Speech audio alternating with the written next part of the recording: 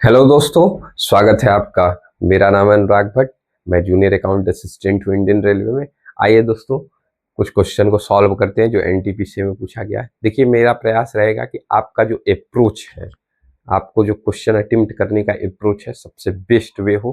क्यों? क्योंकि जानते हैं आप, जैसा कि 5810 वैकेंसी ग्रेजुएट लेवल पे और 3000 के करीब वैकेंसी है उस अंडर ग्रेजुएट लेवल पे।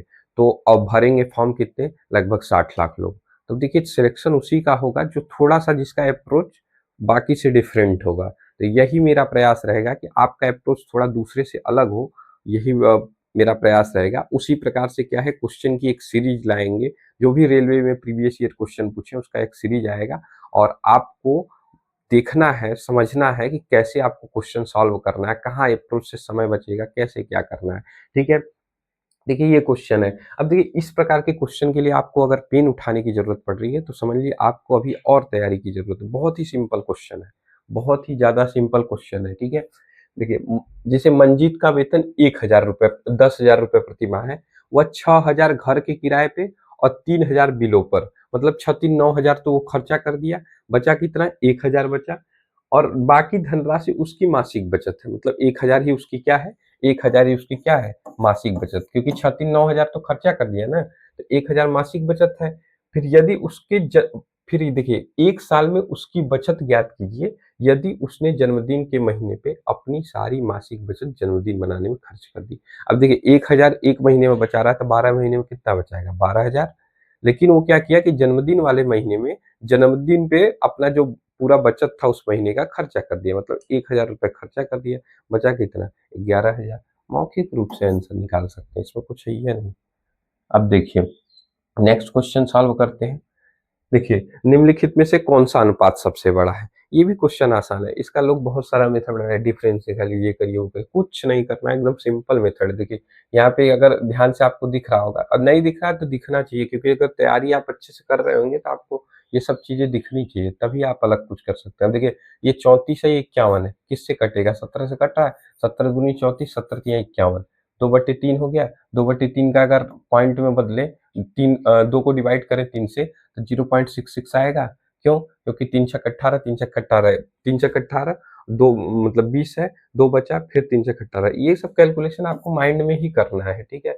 वैसे ही आना चाहिए। अब देखिए, ये 27 है, ये 76 है। अगर 76 को 3 बार में ले जाए तो 7 त्रिक 21। अगर 76 को 3 बार में ले जाए तो 7 त्रिक 21, ठीक है। 4 बार में ले जाए, 4 7 28, ज्यादा हो जाएगा। 27 से ज्यादा हो जाएगा। मतलब एक प्रकार से आप कह सकते हैं कि 0.3 और अप्रॉक्स कुछ आएगा। ठीक है।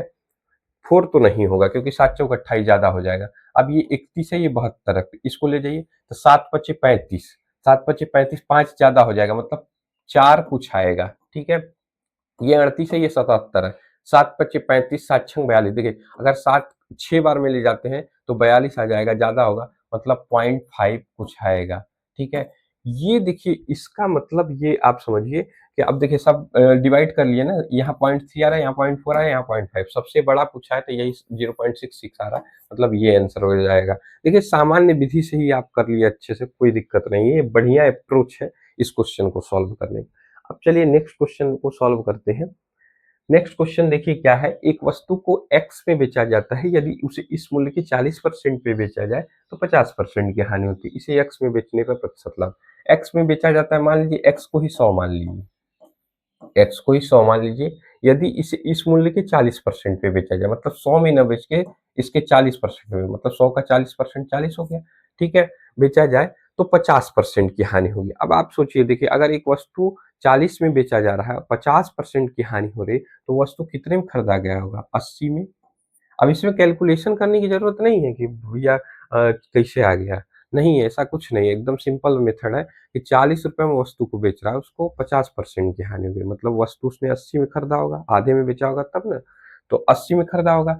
अब क्या कह रहा है आगे क्वेश्चन? इसे एक्स में बेचने पर प्रतिशत लाभ। 80 में खरीदा और 100 में बेच रहा है। मतलब एक्स में बेचने का मतलब, एक्स हम लोग क्या माने थे? 100 माने थे। 100 में बेचने पर प्रतिशत लाभ पूछ रहा है। तो कितने का प्रॉफिट? 20 का प्रॉफिट। किस पर प्रॉफिट? सीपी क्या है? 80 पर प्रॉफिट। काटिए, 20 एक कम 20, 20 चौका 80। 1/4, 1/4 क्या परसेंट बनाता है? 25%। ये आंसर हो गया। ठीक है। उसके बाद नेक्स्ट क्वेश्चन सॉल्व करते हैं।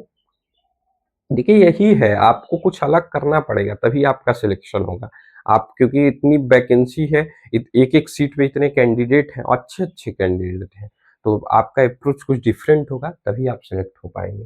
देखिए, अब ये है क्वेश्चन जैसे 18%, 24% और 18% की 3 क्रमिक छूटों के बाद अंकित मूल्य का प्रभावी मूल्य प्रतिशत ज्ञात कीजिए। देखिए, कुछ क्वेश्चन ऐसा आएगा रेलवे में जो आपका 15 सेकंड में हो जाएगा, 20 सेकंड में हो जाएगा। कुछ क्वेश्चन आएगा जिसमें 1 मिनट लग सकता है। तो घबराने की ज़रूरत नहीं है। लेकिन सब क्वेश्चन में अगर 1 मिनट लग रहा है तब आपको मेहनत करने की ज़रूरत है। लेकिन अगर जैसे 30 क्वेश्चन आ रहा है, 30 क्वेश्चन में 20 क्वेश्चन आप 30 सेकंड, 15 सेकंड में मार दिए। 10 क्वेश्चन में अगर 10 मिनट भी लग रहा है तो ओवरऑल 10, 15-20 मिनट में आपका पूरा पेपर सॉल्व हो जाएगा। ठीक है? कुछ क्वेश्चन में 10 15 सेकंड में आप कर सकते हैं। अब देखिए इस प्रकार का क्वेश्चन को हल करने का ये है फ़ॉर्मूला कि 18%, 24% और 18% की 3 क्रमिक छूटों के बाद अंकित मूल्य का प्रभावी मूल्य प्रतिशत। देखिए अगर अंकित मूल्य हम 100 मान लें तो इसका जो प्रभावी मूल्य आएगा 3 छूट देने के बाद 100 में से परसेंटेज को घटाइए। 100 में से 18 को घटाइए 82, फिर 100 में से 24 को घटाइए कितना? 76, फिर 100 में से 18 को घटाइए कितना? 82 और डिवाइडेड बाय जितने 100 में से घटाए हैं वो। ठीक है? ये इसका प्रभावी मूल्य, लेकिन पूछा है प्रभावी मूल्य परसेंटेज, प्रभावी मूल्य प्रतिशत पूछा है तो 100 से और क्या हो जाएगा? गुणा, क्योंकि अगर प्रभावी मूल्य पूछेगा तो ये हो जाएगा, प्रभावी मूल्य परसेंटेज पूछेगा तो आप 100 से क्या करेंगे? गुणा कर देंगे। ये 100 कैंसिल, तो मतलब 200 रहेगा नीचे। अब इसका गुणा इससे करना है। देखिए इस प्रकार के क्वेश्चन में थोड़ा सा टाइम लगेगा, लेकिन गुणा देखिए आराम से कर सकते हैं और बेसिक मेथड से ही कर सकते हैं आराम से। देखिए ये 82 है, ये भी 82 है, तो 82 का स्क्वायर हुआ। 82 के स्क्वायर का मतलब क्या होगा? 80 का स्क्वायर हो गया 6400, 2 का स्क्वायर कितना हो गया? 4 हो गया, और प्लस 2 इंटू 80, क्योंकि 2 और 80, 80 और 2 का वो बन रहा है, तो 2 दूनी 4, 4 बटे 32, 320 ये हो गया, मतलब 4, 2, 7, 6, 67, 24 आ गया। 82 का गुणा करने पर 67, 24 आ गया, इंटू 76 डिवाइडेड बाई 100 इंटू 100। ठीक है? अब देखिए 76 को आप क्या लिख दीजिए, गुणा करने का ये अच्छा विधि है कि इसको 70 और 6 लिख दीजिए और डिवाइडेड बाई जो है वो। अब देखिए गुणा करिए, 7 चौक 28, 8, 2, 7 दूनी 14 की 4, 7 चौक 28, 8, 2, 7 दूनी 14, 2, 16 की 6, 1, और उसके बाद 7 सत्ते 49, 49 एक 50, 05 और 7 छंग 42, 5 47। ठीक है? ये हो गया। अब फिर ये एक 0 रहेगा 70 वाला। फिर 6 से करिए, 6 चौका 24, 4, 2, 6 दूनी 12, 2, 14, 4, 1, 6 सत्ते 42, 43, 3, देखिए 6 चौका 24, 4, 2, 6 दूनी 12, 2, 14, 4, 1, 6 सत्ते 42, 43, 3, 4 और 6 चार 36, 4, 40। ठीक है? यहाँ 4, 8 4 12, 2, 1, 6 3 9 1 10 0 1, 1, 7 4 11 1 और उसके बाद 4 1 5। ठीक है? अब देखिए कितने अंक पे दशमलव लगेगा? 2 2 4, 1 2 3 4, ये 51.10 आया आंसर, 51.10। कुछ क्वेश्चन में समय लगेगा, लेकिन अगर आपका वो रहेगा तो 1 मिनट के विदिन 1 मिनट्स हो जाएंगे। ठीक है? अब देखिए नेक्स्ट क्वेश्चन सॉल्व करते हैं। नेक्स्ट क्वेश्चन सॉल्व करते हैं। महेश ने साधारण ब्याज की एक निश्चित दर पर 4 वर्षों के लिए 14,000 की राशि उधार ली। यदि उसने x% वार्षिक ब्याज की दर पर अवधि के अंत में ब्याज के रूप में 3500 रुपए का भुगतान किया। देखिए ये साधारण ब्याज का क्वेश्चन है और एकदम सिंपल क्वेश्चन है। देखिए ब्याज के रूप में 3500, आप जानते हैं कि साधारण ब्याज बराबर जो होता है, साधारण ब्याज बराबर जो होता है मूलधन, कितने का उधार लिया? 14,000 गुणे दर, दर x% दिया है इंटू समय, समय 4 वर्ष दिया है। अगर वर्ष में नहीं दिया रहेगा, महीने में है तो उसको कन्वर्ट करेंगे डिवाइड करके 12 से। ठीक है? वर्ष में, और डिवाइडेड बाई 100 होता है, यही होता है फार्मूला। देखिए कितना आसान क्वेश्चन है, इसको सेकेंडों में मार सकते हैं। ये दो दो से कैंसिल, ये इससे कैंसिल, 7 पचे 35, 7 दूनी 14, फिर 25 हो गया, ये 4 आएगा नीचे, 25/4, एक्स का मान 25/4, 25/4 क्या वो देता है? 6.25। ये आंसर हो गया। तो ये रहा, कुछ क्वेश्चन को हमने सॉल्व किया, 5 क्वेश्चन को, और बाकी क्वेश्चन नेक्स्ट में सॉल्व करेंगे। यही मेरा प्रयास रहेगा कि आपका अप्रोच थोड़ा सा अलग हो, कैसे आपको एग्जाम में वो करना है, क्योंकि तभी आपका